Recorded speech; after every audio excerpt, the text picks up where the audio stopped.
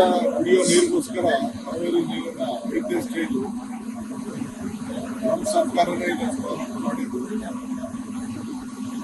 ಏನಾದ್ರು ಮಾಡಿ 110 ಹಳ್ಳಿಗಳಿಗೂ ನೀರು ಕೊಡಬೇಕು ಅಂತೇಳಿ ದಿಟ್ಟವಾದಂತಹ ಕಾರ್ಯಕ್ರಮವನ್ನು ರೂಪಿಸಿ ಹಂತವಾಗಿ ಅನೇಕ ಸಮಸ್ಯೆಗಳನ್ನೆಲ್ಲ ಪರಿಹರಿಸಿ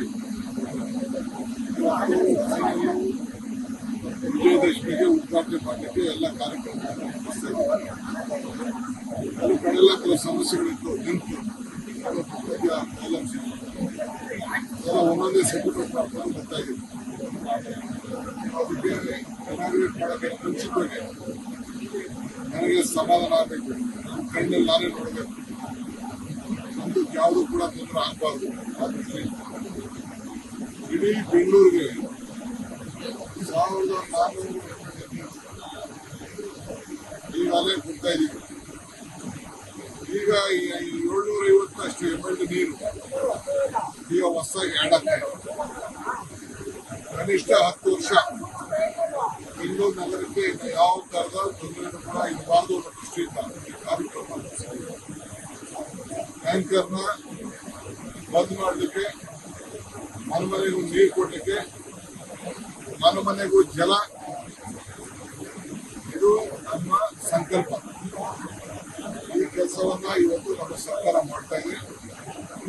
ನಮ್ಮ ಸೋಮಶೇಖರ್ ಅವರ ಕಾನ್ಸ್ಟಿಟ್ಯೂನ್ಸಿಯಲ್ಲಿ ಕೆಲವು ಪ್ರಾಬ್ಲಮ್ ಇತ್ತು, ಕೆರೆಯಲ್ಲಿ ಅಲ್ಲಿ ಕೆಲವು ಜಮೀನು ಸಮಸ್ಯೆ ಇತ್ತು, ಬಿಟ್ಟಿರಲಿಲ್ಲ. ಅವರದ್ದು ನಾನು ಮುಖ್ಯಮಂತ್ರಿ ಮತ್ತು ಸೋಮಶೇಖರ್ ಎಲ್ಲ ಮಾತಾಡಿ ಒಪ್ಪಿಸಿದ್ದೇವೆ. ಒಪ್ಪಿಸಿ ಅವರಿಗೆ TDR ಕೊಟ್ಟಿದ್ದು, ಅಲ್ಲಿ ಲಿಂಕನ್ನ ಕೊಡ್ತಾ ಇದ್ದೀವಿ. ಸೊ ಆ ಕೆಲಸ ಕೂಡ ಆಗ್ತದೆ. ಇದು ಬಹಳ ಟೈಟ್ನೇ ಅಂತ. ಇದು ಸುಮಾರು ಒಂದು ಕ್ಷೇತ್ರಕ್ಕಲ್ಲ, ರಾಜರಾಜೇಶ್ವರ, ಬೆಂಗಳೂರು ಸೌತು, ಕೆಂಗೇರಿ, ಆನೇಕಲ್ಲು ಮತ್ತು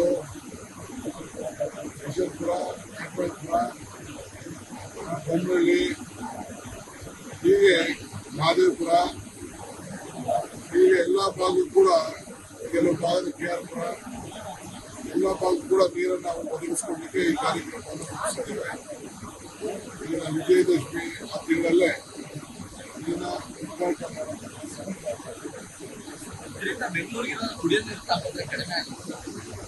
ಆಪತ್ರೆ ಮಾಡಲಿಕ್ಕೆ ಕಡಿಮೆ ಆಗಲಿ ಅಂತಾನೆ ಈ ದೊಡ್ಡ ಬೃಹತ್ ಯೋಜನೆಯನ್ನು ತೆಗೆದುಕೊಂಡಿದ್ದೇವೆ. ಈಗ ನಾನು ಬೇರೆ ತೊರೆಕಾಡಿಗೂ ಹೋಗ್ತೀನಿ, ಅಲ್ಲಿ ಕೆಲವು ಇಶ್ಯೂಸ್ ಇದೆ, ಎಲ್ಲ ಒಂದೊಂದೇ ಸಾರ್ಟ್ ಮಾಡ್ಕೊಂಡು ಬರ್ತಾ ಇದ್ದೀವಿ. ಸರ್, ಮತ್ತೊಂದು ಸತ್ಯಗಾಲ ಯೋಜನೆ ಬಹಳ ವಿಳಂಬ ಆಗ್ತಾ ಇದೆ. ಸತ್ಯಗಾಲ ಯೋಜನೆಗೂ ವಿಸಿಟ್ ಮಾಡ್ತಾ ಇದ್ದೀನಿ. ಎಲ್ಲವೂ ಕೂಡ ಕೆಲವು ಇಶ್ಯೂಸ್ ಇದೆ, ಫಾರೆಸ್ಟ್ ಇಶ್ಯೂಸ್ ಇದೆ. ಆ ಸತ್ಯಗಾಲ ಯೋಜನೆ ಕೂಡ ಇವತ್ತು ಟೈಮ್ ಆಗ್ತದೆ ಅಂತ ಹೇಳಿ ಅದಕ್ಕೊಂದು ಪ್ರತ್ಯೇಕ ದಿನ ನಮ್ಮ ಚನ್ನಪಟ್ಟಣ ಲೀಡರ್ಸ್ ಎಲ್ಲ ಹೇಳಿದ್ದಾರೆ.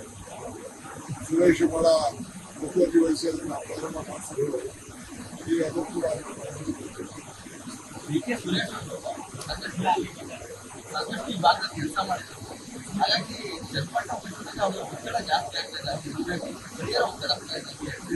ರಾಜಕಾರಣ ಬೇಡ, ಬೇರೆ ಅಭಿವೃದ್ಧಿ, ಜನಕ್ಕೆ ನೀರು ಕೊಡಿಸೋಣ.